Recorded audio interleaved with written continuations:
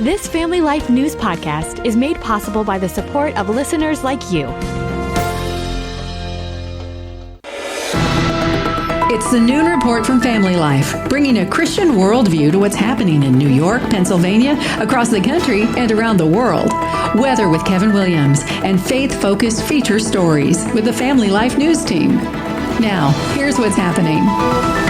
Border czar in Minneapolis. Good afternoon. Welcome to the broadcast. I didn't come to Minnesota for photo ops or headlines. I came here to seek solutions. And that's what we're going to do. Tom Homan, the president's point man for immigration enforcement, holding a news conference today on ICE tactics in the Twin Cities. He says the Trump administration will not shy away from its mission to round up dangerous illegal immigrants. Homan notes communities that refuse to cooperate with ICE are endangering public safety. Sanctuary cities are sanctuaries for criminals and endangers the residents of the community. That being said, Homan is hopeful the federal government can begin to withdraw soon its ICE footprint in Minneapolis. The border czar says allowing agents to go into jails would reduce the need for neighborhood raids. Senate Democrats threatening to shut down the government over ICE operations in Minneapolis.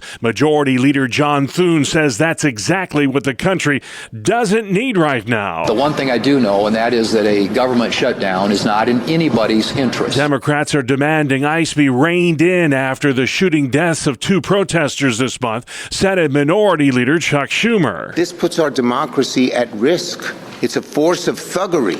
The federal government is supporting a large force of thuggery, and we really worry about its consequences for America if we don't rein them in. Pennsylvania Republican Dave McCormick says of the shutdown showdown, it's political theater. If they do what they're saying, they're not going to hurt DHS or the Border Patrol. They're going to hurt the Coast Guard and FEMA and the Secret Service. So they're not going to do anything to affect ICE. It's going to be for them to go to their voters and say, we're standing up to President Trump. Correspondent Ryan Nobles explains what a government shutdown would mean for you. If they cannot strike a deal by Friday, a partial government shutdown will kick in at midnight, and it could impact everything from pay for military service members to potential air travel delays. Among other things, Democrats want ICE agents to take off their masks and put on body cameras. DHS advisor Charles Marino explains why ICE must be unwavering in its law enforcement tactics. If we look at Minneapolis as the case study, it will prove to other sanctuary locations that you can influence through incitement, through obstruction, through threats, the way that ICE goes about its mission. And that's a horrible message to send. Minneapolis Mayor Jacob Fries rejected an offer from the president to reduce ICE's footprint in his city in exchange for greater cooperation with the feds. The president says the mayor is playing with fire. New video surfaced of 37-year-old ICU nurse Alex Preddy confronting ICE 11 days before he was shot and killed on the streets of Minneapolis. That video shows Preddy kicking the taillights off the back of a Border Patrol vehicle before ICE agents wrestled him to the ground. Reporter Morgan Chesky has seen the video and files this report. At one point, you can see what appears to be a gun tucked in Preddy's pants.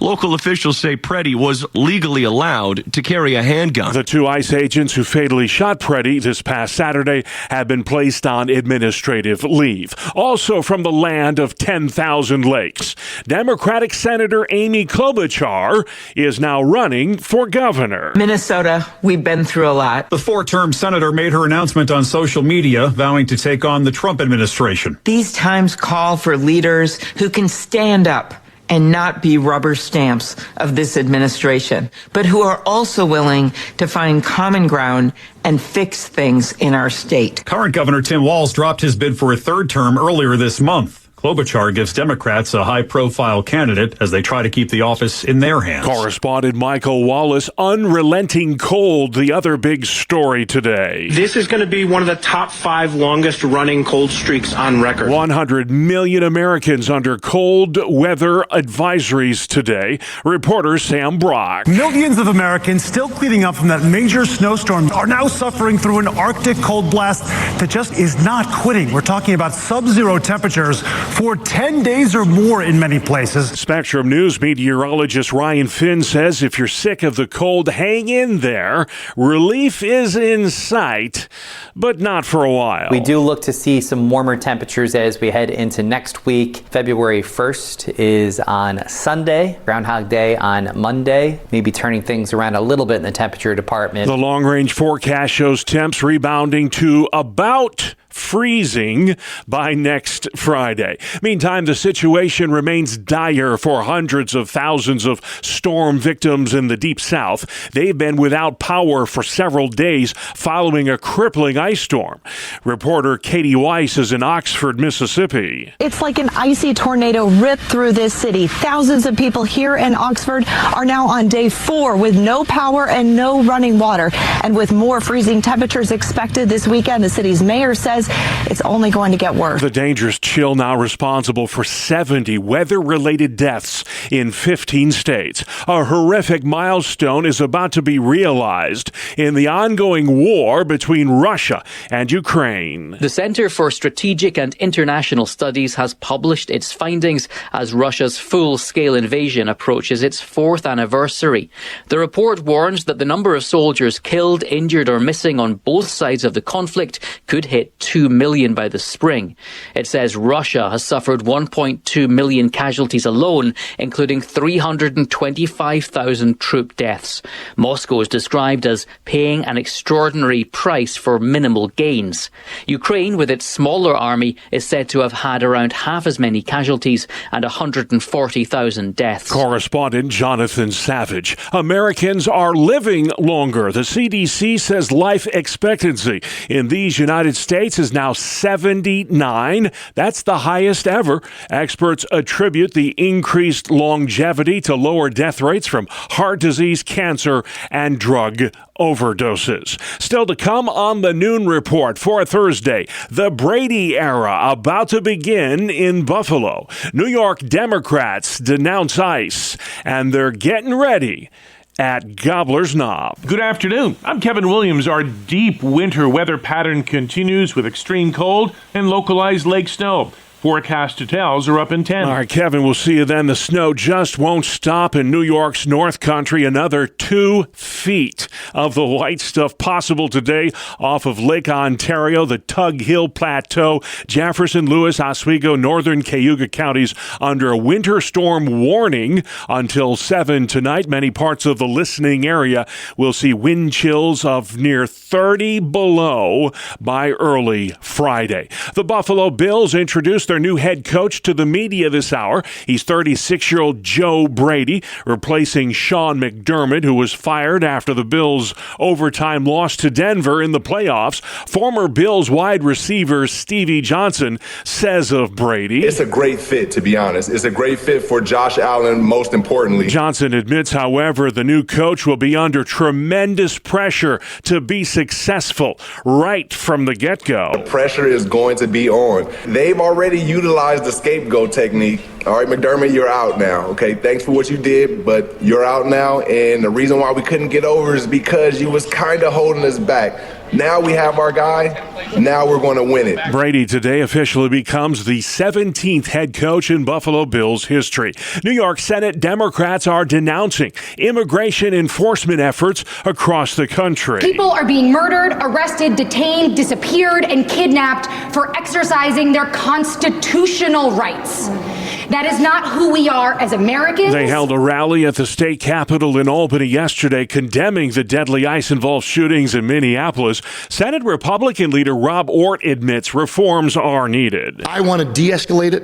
I really do. This is not Iraq. This is not Afghanistan. People should not be being gunned down in the streets by federal agents. Ortt says it's important to de-escalate, not eliminate ICE operations. But I don't want to lose sight of the idea that the operation, that the idea of closing the border and finding people in this country who are here illegally, especially those who've committed crimes, that is somehow, we have to abandon that cause, because I think that would be a huge mistake. New York Governor Kathy Hochul says Homeland Security Secretary Kristi Noem needs to resign over the recent violence in Minneapolis. A powerful Pennsylvania politician has abruptly resigned to avoid a conflict of interest with a trade group he now runs. Republican Seth Grove calling it quits after a 17-year political career. He was recently named CEO of the Pennsylvania Aggregate and Concrete Association. It's ready-mix cement and it's concrete. So think of every single road you've been on. Hopefully it's Pennsylvania Aggregate. I think it's a huge conflict of interest. This is an association that has a vested interest in the legislation that we move through the legislature. That's Pittsburgh Democrat Emily Kincaid. Grove served as chairman of the House Labor and Industry Committee. His last day on the job is Saturday. A special election will be called to fill his seat. RSV cases on the rise in Pennsylvania. That respiratory virus, especially pronounced in young children. Cases are high in southeast and south central PA. The virus causes infections in the lungs and respiratory tract and can lead to pneumonia and bronchitis. There's been a string of car break-ins at trails and hiking spots throughout Tompkins County, New York. Many are calling the suspects a modern-day Bonnie and Clyde duo who've hit vehicles at nearly every trail in the county. I certainly want people to enjoy the natural resources in Tompkins County and benefit from the use of all our trails.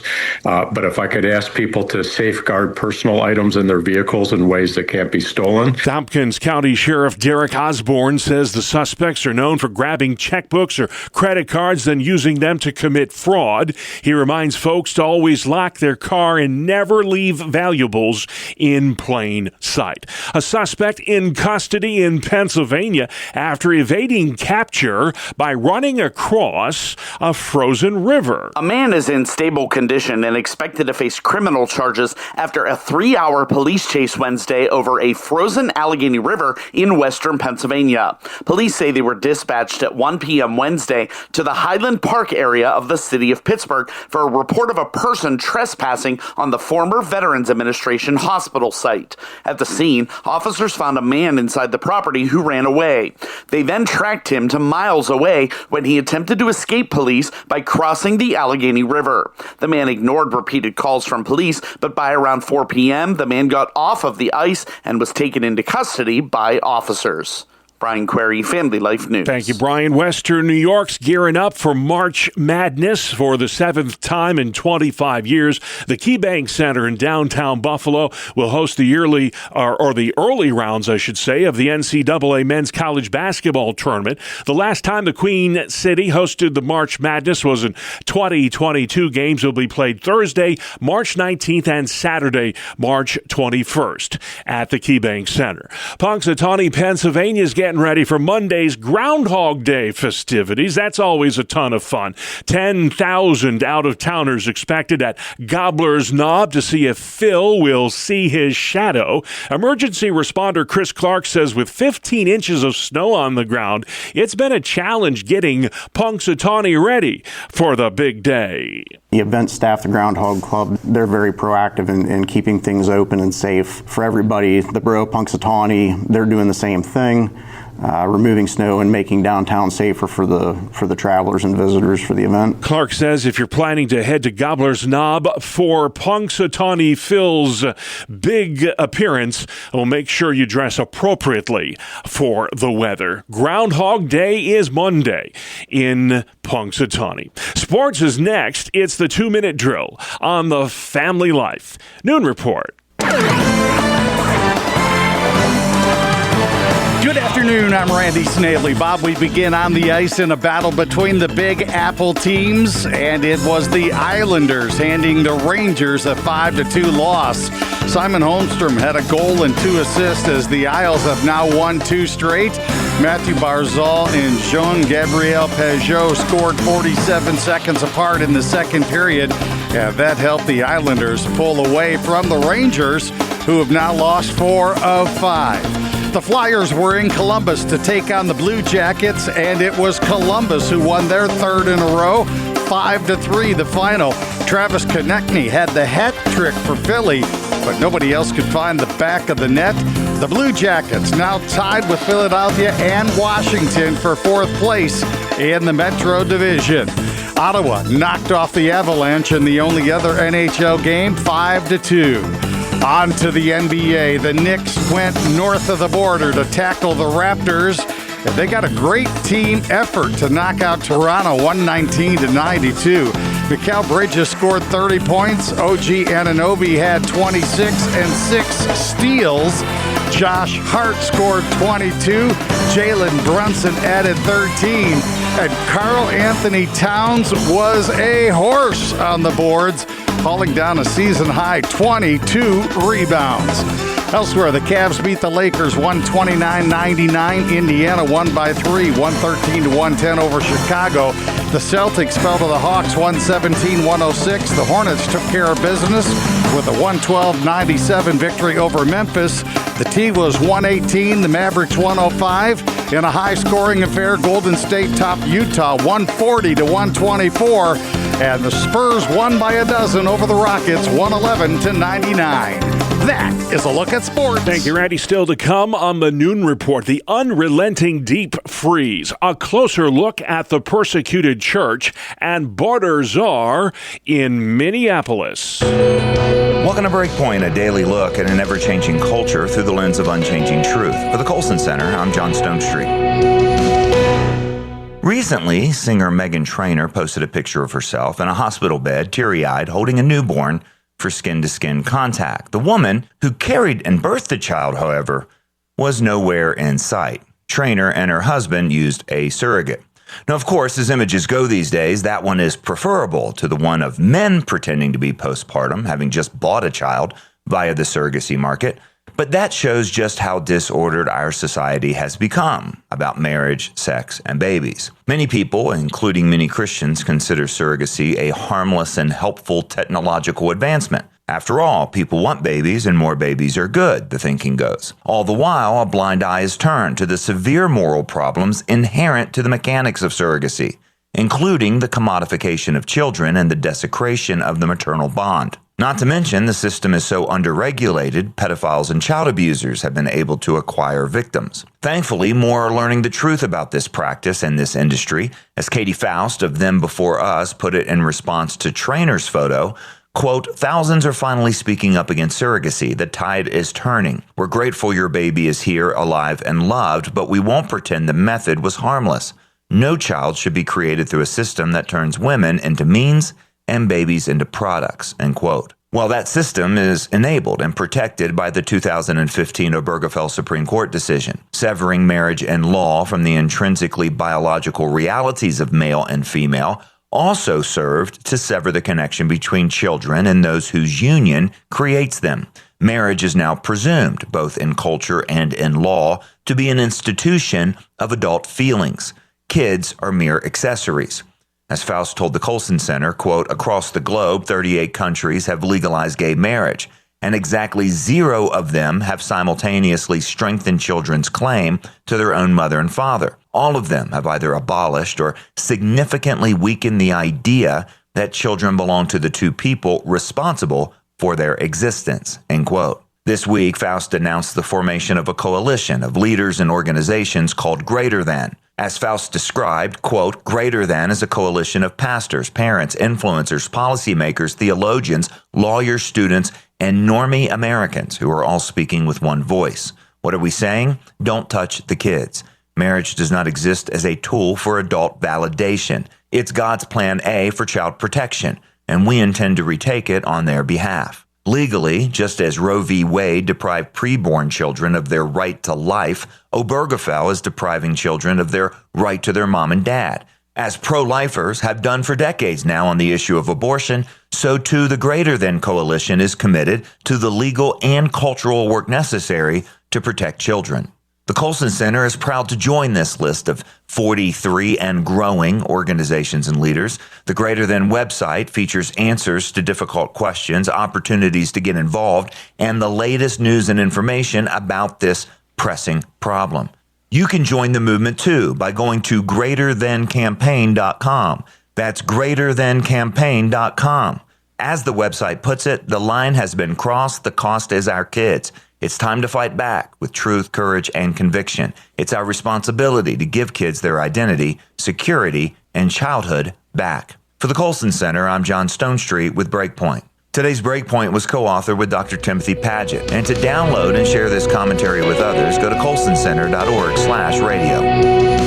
Thanks, John. Let's take things outside. Meteorologist Kevin Williams. Here is your family life weather forecast. The call for this afternoon, mostly cloudy. Lake effect snow will accumulate a few fresh, fluffy inches southeast of Lake Ontario. High temperatures in the teens. Then tonight and tomorrow, bitterly cold. Will drop 2 or below 0 tonight, recover to near 10 tomorrow, sub-zero wind chills. Partly cloudy skies, but heavier lake snows will be found along the south shore of Lake Ontario into the northern part of central New York. For Saturday, still frigid, additional lake snow south and southeast of Lake Ontario. Flurries elsewhere with mixed sun and high temperatures in the teens. All right, thank you, Kevin. This is the Noon Report. I'm your host, Bob Price. Here's what's going on Thursday, January 29th. 100 million Americans under cold weather alerts today from the Gulf Coast to New England. It's the deep freeze. This mom in Indianapolis explains how she copes in the cold. I've got 4 layers on top, 3 layers on bottom.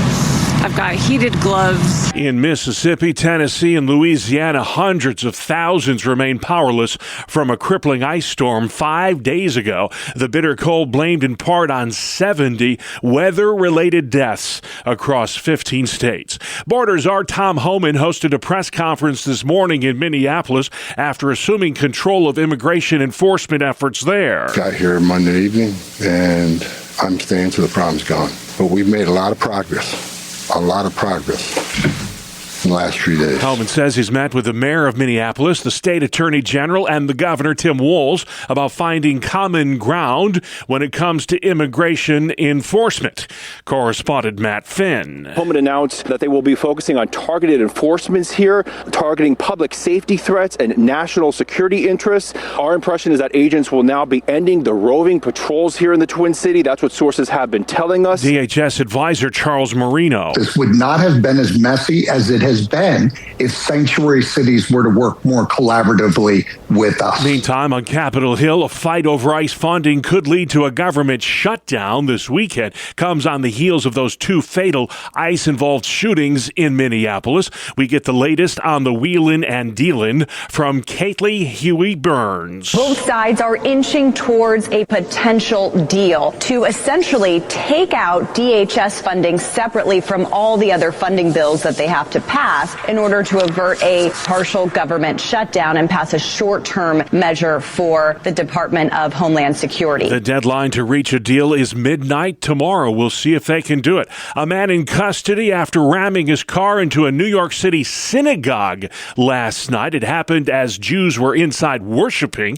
New York City Police Commissioner Jessica Tisch. There are no reported injuries at this time. This incident is currently being investigated as a hate crime by the NYPD's Hate Crimes Task Force. Eyewitnesses tell police the driver was lurking outside that Brooklyn synagogue before he rammed the front doors with his vehicle. Mayor Zohran Mamdani says anti-Semitism has no place in New York City.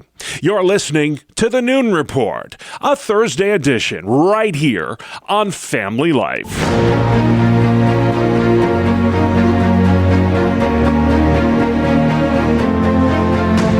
This is Faith Under Fire. We take you straight to the front lines of religious battlegrounds. I'm news anchor Sarah Harnish. With me today, Voice of the Martyrs Vice President, Todd Nettleton. You are a globetrotter because you hop all over the world. It's incredible. It's like we know a modern CIA agent, but for Christianity instead. We keep all your travels undercover because it can really undermine the work that you do with persecuted Christians. But without naming names, what's the most powerful story that you have heard in the last year? You know, the story that immediately jumps to my mind, I met with a pastor from India. He had prayed the prayer, Lord, wherever you can use me, send me to that place. Shortly after praying that prayer, he was arrested. He went to prison. And for the first several days, he was beaten severely every single day. He was in really rough shape, and it was very, very difficult. And it was actually the warden of the prison who was giving me orders every day, beat this man, beat this man, beat this man. And then after about 7 days of that, the warden took him aside and said, listen, at my prison, we celebrate all the religious festivals, the Hindu festivals, the Muslim festivals. And he said, I know tomorrow is Good Friday, one of your Christian festivals. We'll give you a kind of an audience, and you can explain what Good Friday is and why you Christians celebrate that. And he used the word religious festival. So this pastor who had prayed the prayer, Lord, wherever you can use me, send me to that place, after 7 days of beatings, had the opportunity to stand up in front of all the other prisoners and many of the staff at the prison and tell the story of Good Friday and Easter Sunday and why we Christians celebrate that festival. So he had this amazing opportunity, and the Lord used it. The rest of the story is pretty amazing. The warden suddenly now was his friend. He watched over him. He made sure he had enough to eat, and he gave him even more access to share the gospel inside that prison. So amazing answer to that prayer. Lord, wherever you can use me, send me there. I don't think he was envisioning the inside of a prison, but boy, the Lord used it and opened an amazing door for ministry. Wow. And he probably landed in prison because of his faith in India, which it's not okay to be a Christian in India. It is not okay. And yes, he was arrested for being a pastor. He was accused of converting other people, which we would say sharing the gospel, evangelizing. That is a crime in multiple states in India. So the 2026 Global Prayer Guide is out. Can you tell me more about that? Yeah, this is a guide that Voice of the Martyrs produces every year. And in fact, we'll send people a free copy if they want one to help you pray for persecuted Christians. And basically, it just goes around the world. It lists the countries where Christians are persecuted and gives you a way to pray. Hey, who are the persecutors? Is it the government? Is it some terrorist group? Is it members of your own family? What is it like to be a Christian in that country? How hard is it to get a Bible? How can we pray for these brothers and sisters? One of the big eye-openers this year in the Global Prayer Guide is increased persecution in Latin America. Nicaragua is now listed in our prayer guide as a restricted nation. The government of Nicaragua is cracking down on the church. They're cracking down on pastors. And so it's interesting that the persecution that we think about in North Korea or Iran or China, it's actually right in our own hemisphere. It's happening. You've also printed a beautiful book called Pray for the Persecuted Bible. What's inside that? This is a partnership we did with Tyndale. They have the 1-year Bible, and this is a 1-year Bible that every single day, in addition to your daily Bible reading, there's a prayer request to help you pray for persecuted Christians. And again, I would remind our listeners, when we go and sit down with Christians who are facing persecution, and we ask the question, hey, how can we help you? How can we tell American Christians to help you? The first thing they ask for is that we pray for them.